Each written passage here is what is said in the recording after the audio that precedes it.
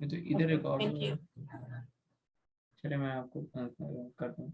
अच्छा, ये आपने एंटेनाज आ गए, नेक्स्ट किया। अब यहाँ पे देखें आप, ये डिफरेंट डिजाइन हैं, वायर एंटेना है, डाइलेक्ट्रिक रेजोनेटर्स हैं, डिफरेंट है। आपने जाना है सिंपली पैच में, सेलेक्ट किया पैच, ठीक है। यूजुअली ये डिफरेंट डोमेन्स हैं जिसमें हम एंटेना सिमुलेशन करते हैं। आपकी सिंस इतनी हाई लेवल पे नहीं होगी, तो उसके लिए आप सिंपली टाइम डोमेन सेलेक्ट कर लें। ये आगे गए हैं, अब आपने यूनिट सेट करने हैं। यूजुअली हमारे यूनिट्स जो है ना वो स्टैंडर्डाइज हैं मिलीमीटर्स में, डायमेंशंस एंटेना की। फ्रीक्वेंसी अब जिस तरह प्रॉफ ने आपको बताई है 10 गीगाहर्ट्ज, तो ये गीगाहर्ट्ज यूनिट है। आपने इसको मैच कर लेना है, अगर मेगाहर्ट्ज में भी है तो आप कन्वर्ट करके इसको गीगाहर्ट्ज में कर दें। बाकी हम टाइम, नैनो सेकेंड्स और टेम्परेचर इसको चेंज नहीं करते हैं। नेक्स्ट आ गए, अब यहाँ पे आ गई आपकी मिनिमम और मैक्सिमम फ्रीक्वेंसी। आपको इतनी ज्यादा फ्रीक्वेंसीज लेने की जरूरत नहीं है, आपकी ये 10 गीगाहर्ट्ज की है, तो आप सिंपली इसमें ये कर लें कि 9 गीगाहर्ट्ज इसका स्टार्टिंग पॉइंट ले लें और 11 गीगाहर्ट्ज इसका एंडिंग पॉइंट ले लें। ठीक है, आपने मेयर क्या करना है, यूजुअली हम फार फील्ड मेयर करते हैं, हम ई फील्ड भी मेयर करते हैं, और हम एच फील्ड भी मेजर करते हैं। ये पावर लॉसेस, पावर फ्लो आपके केस में जरूरत नहीं है, अगर जरूरत होगी तो वो आप आगे भी जाके इसको सिलेक्ट कर सकते हैं। प्रोफेसर वैसे रेडिएशन पैटर्न का है तो वो किस चीज में आ जाता है? वो फार फील्ड में आता है। ये बेसिकली सरफेस करंट के लिए ई फील्ड। ठीक है, ये आपने नेक्स्ट किया। ये अब आपको उसने बता दिए डायमेंशंस आपके मिलीमीटर में है। ये आपकी फ्रीक्वेंसी है 9 gigahertz minimum, maximum 11 gigahertz. Centre frequency आप चेंज कर सकती हैं। ये यहाँ पे अगर वो 10 नहीं देता तो मैं इसको 10 लिख देता सेमी कॉलन से सेपरेट करके। सही है, ये मैंने नेक्स्ट किया, इसको मैंने फिनिश किया।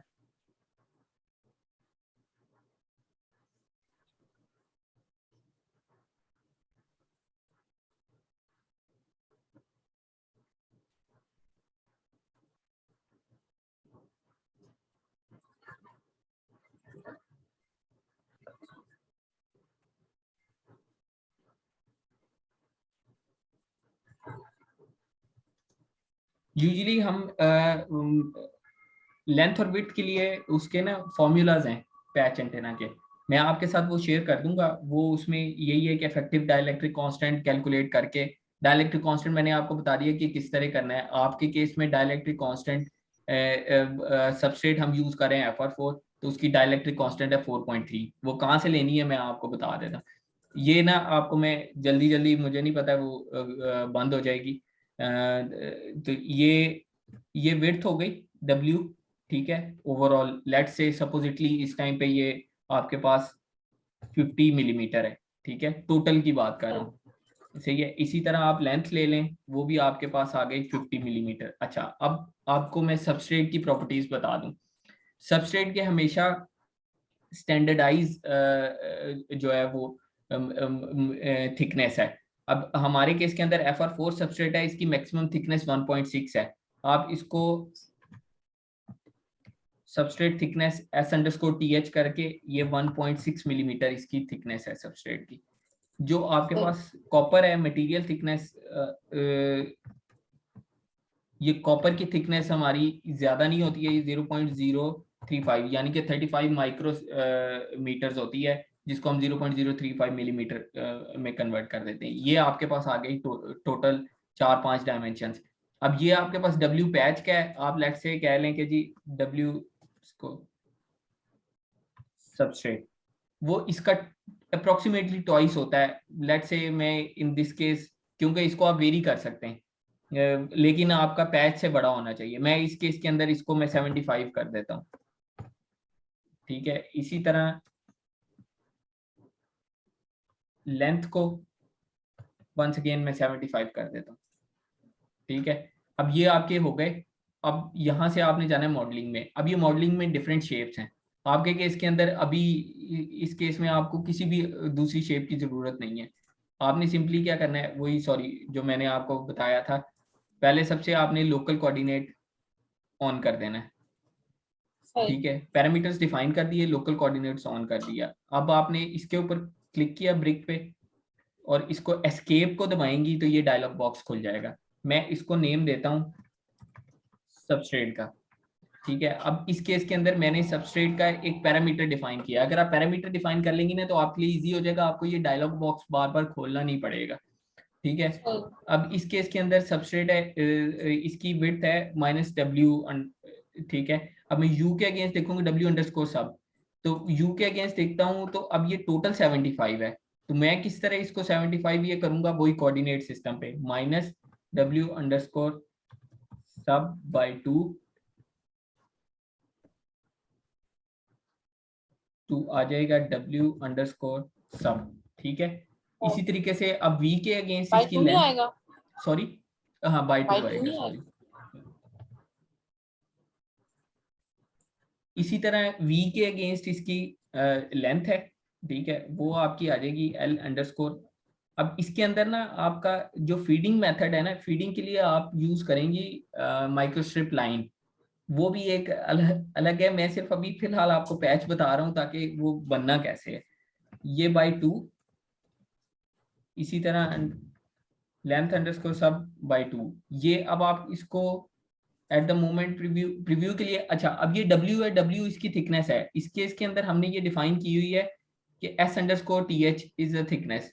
ये फ्रॉम 0 का मतलब ये है कि अब रीजन के ऊपर ये पड़ा हुआ है और ये यहाँ पे 0 to s_th। अब यहाँ से ये मटेरियल्स लिखे हुए हैं। ठीक है, इस मटेरियल में आपने जाके लोड मटेरियल फ्रॉम लाइब्रेरी कर देना है। ये लाइब्रेरी ओपन हो जाएगी। ठीक है, इसमें आप यहाँ पे, अब मैंने आपको FR4 बताया था, आप यहाँ पे FR-4 लिखेंगे, ये मटेरियल आ गया। इसको आप सेलेक्ट करेंगे, यही आपके पास एप्सिलॉन दे रहा है वो। ठीक है, 4.3 सही है। इसको मैं मटेरियल को सेलेक्ट करके इसको मैं लोड कर दूंगा और ये मैं प्रीव्यू करूंगा। सबसे पहले चेक करने के लिए ये देखें, ये ऑरेंज हाईलाइट हो गई, ये इसकी टोटल डायमेंशन है जो ये बन रहा है। ठीक है, इसको मैंने एट द मोमेंट किया ओके। अब ये यहाँ पे कंपोनेंट्स में ये चीज आ गई है। अब आगे से अगर आप चेंज करनी होगी ना, अगर आप इसको वैल्यूज देंगी तो आपको हर दफा यहाँ से चेंज करना पड़ेगा।